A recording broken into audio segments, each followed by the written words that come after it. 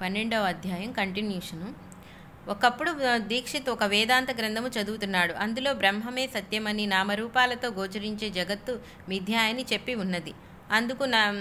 అందుకు నగలు జగత్తుకు, బంగారం బ్రహ్మానికి పోలికగా చెప్పి ఉన్నది. బ్రహ్మం సత్యమైతే దాని రూపమైన జగత్తు మిథ్యమెలా అవుతుందో అతనికి అర్థం కాక అతను సాయిని ప్రార్థిస్తుంటే అప్పుడు అతన్ని 100 రూపాయలు దక్షిణ పంపమని కబురు చేశాడు సాయి.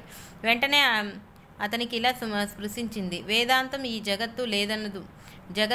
జగత్తనే నామరూపాలు నశిస్తాయని, వాటికి ఆధారమైనది నిత్యమని చెబుతుంది. బాబా కోరిన 100 రూపాయల్లో ఒకటి లేకపోతే సున్నాలకు ఉలికి లేనట్లే నిత్యమైన సద్వస్తువు కన్యంగా రూపాలుండవని,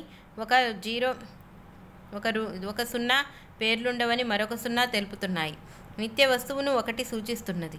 ఒకరోజు రేగే తన జేబులో 100 రూపాయలు ఉంచుకొని బాబాను దర్శించాడు. సాయి అతని వద్ద 40, తర్వాత 40, ఆ తర్వాత 20 రూపాయలు దక్షిణగా తీసుకొని మరలా 40 రూపాయలు అడిగాడు. ఆయన వద్ద పైకం లేదంటే శ్యామ వద్దకు పంపారు. అతడిలా అన్నాడు, ఆయన కోరేది డబ్బు కాదు, నీ మనస్సు, బుద్ధి, కాలము, ఆత్మల వలె. సాయి ఈసారి దీక్షిత్ వద్దకు పంపారు. అతడు నీ దగ్గర ధనం లేదని యాచించడం అగౌరవము కోరాదని సాయి బోధించాడు అన్నారు. తర్వాత బాబా అతన్ని చందోర్కర్ వద్దకు పంపాడు. అతడు సాయి కోరినప్పుడు మన వద్ద పైకం లేకపోవటం బాధాకరమే. అందుకు సగం పైకం కోపర్గాంలో ఉంది. నా వద్దనున్నది అయిపోయినప్పుడు తెప్పిస్తాను అన్నారు. ఆ విషయం చెప్పగానే సాయి అతన్ని పిలిపించి మొదట 40 రూపాయలు, ఆ తర్వాత 40 రూపాయలు, ఆ తర్వాత 20 రూపాయలు తీసుకున్నారు. అతడు కోపర్గాం నుంచి పైకం తెప్పించుకునే లోగానే మరలా దక్షిణ కోరారు సాయి. నానాసాహెబ్ చిన్నపిచ్చుకున్నాడు. భక్తి ప్రధానం కానీ యుక్తి కాదని సాయి అతనికి తెలిపారు. ఒకప్పుడు తార్కాడ్ భార్యను 6 రూపాయలు కోరారు బాబా. అది విని ఆయన కోరినది హరిషట్ వర్గాలు విడవమని అన్నారు సార్కాడ్. ఆమె మసీదుకు వెళ్ళినప్పుడు సాయి మరలా దక్షిణ కోరారు. తాను వాటిని సమర్పించాడని చెప్పగానే ఆ స్థితి తొలగిపోకుండా చూచుకో అన్నారు. అలా భావం నిలిస్తేనే నిజంగా దక్షిణ సమర్పించినట్లు. సాయి బీవీ దేవ్ వద్ద దక్షిణగా 4 నవర్లు తీసుకొని కూడా నీవు 4 ఇచ్చినా బాబాకు చెందినదొక్కటే అన్నారు. భక్తుడు ఎన్నిసార్లు తన అంతఃకరణ చతుష్టయం భగవంతునికి అర్పించినా ఆయనకు చెందేది ఆత్మ ఒక్కటే ఒక్కసారి. ఒకప్పుడు మరికొందరితో పాటు రఘు అనే సాయి భక్తునికి కూడా జైలు శిక్ష విధించారు. అతడు వ్రాసుకున్న అప్పీలు మెమో చూచి చందోర్కర్, దీక్షిత్ మొదలైన వారు కేసు బాగా బలంగా ఉన్నదని, లాభం లేదని చెప్పారు. అప్పుడు సాయి అతన్ని ధూమల వద్దకు పంపారు. నిజానికి అట్టి ఆశ లేకున్నా కేవలం సాయి ఆదేశంగా మాత్రమే ధూమల అహ్మద్ నగర్ మెజిస్ట్రేట్తో మాట్లాడాడు. నాటి రాత్రి రఘుకు కలలో సాయి కనపడి, రేపు మీరంతా విడుదలవుతున్నారని ఏడవకండి అని చెప్పారు. ఆశ్చర్యం! క్రింది కోర్టులోనే రికార్డు తెప్పించకుండానే ఆ కోర్టులో అప్పీలు కానీ విచారణ కానీ జరగకనే అది కేవలం గ్రామ తగాదాల వల్ల ఆరోపించబడిన నేరమని నిర్ణయించి మెజిస్ట్రేట్ వారందరినీ విడుదల చేశాడు. ఇది న్యాయశాఖ చరిత్రలోనే అపూర్వం. రఘు 300 రూపాయలు ఫీజుగా ధూమలకు చెల్లించాడు. వెంటనే ధూమల్ షిరిడీ వెళ్ళాడు. సాయి ఆ పైకమంతా దక్షిణగా తీసుకొని రఘు విడుదలైంది కేవలం తమ కృప వల్లనే సూచించాడు. అలానే సాయి అతనికి ఒకసారి 50 రూపాయలు దక్షిణ అడిగాడు. అతని వద్ద పైకం లేదంటే సాటేను అడిగి తెమ్మన్నాడు. అందుకు ముందు సాటే తన పెన్షన్ 50 రూపాయలు పెంచమని ప్రభుత్వానికి అర్జీ పెట్టుకున్నాడు. సాటే సంతోషంగా 50 రూపాయలు ధూమలకి ఇచ్చాడు. ఆ రోజునే అతని పెన్షన్ పెంచుతూ ప్రభుత్వం ఆదేశించింది. భక్తుల బాధలు తొలగించడానికి కూడా బాబా దక్షిణ అడిగేవారు. ఒకసారి ఆయన అడిగితే ఒక పోలీసు ఆఫీసర్ తన వద్ద పైకం లేదన్నారు. నీ పర్సులో 50 రూపాయలు ఉన్నాయి అన్నారు బాబా. అతడు ఆశ్చర్యంతో ఆ పైకం సమర్పించాడు. ఆయన కొద్ది మాత్రమే తీసుకొని మిగిలినది నీకు అవసరం అవుతుంది అన్నారు. త్వరలో అతడు చిక్కుల పాలై వాటిని తొలగించుకోవడానికి ఆ పైకం ఖర్చయింది.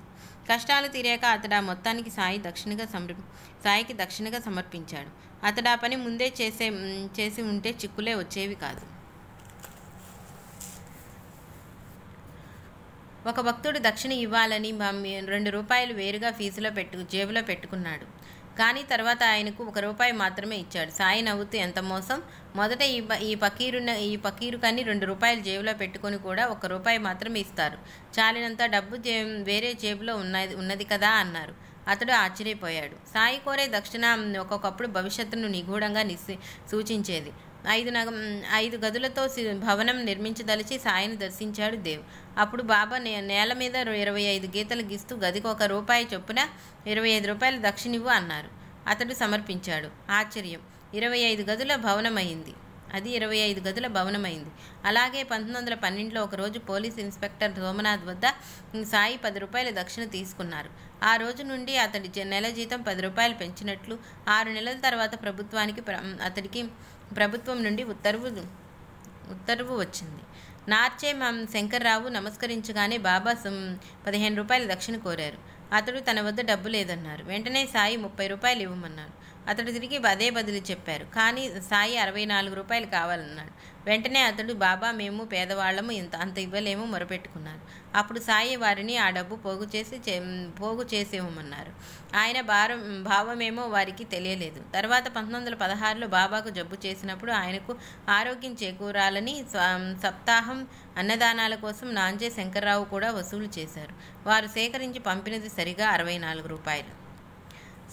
సాయి పవిత్రుల వద్ద మాత్రమే దక్షిణ స్వీకరించేవారు.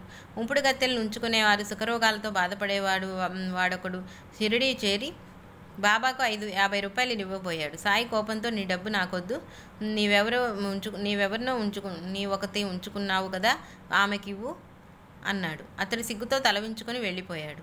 ఒకప్పుడు దక్షిణ విషయమై సాయి, నేనెవరి నుండైనా ₹1 దక్షిణగా తీసుకుంటే దానికి 10 రెట్లు తిరిగి ఇవ్వవలసి ఉంటుంది.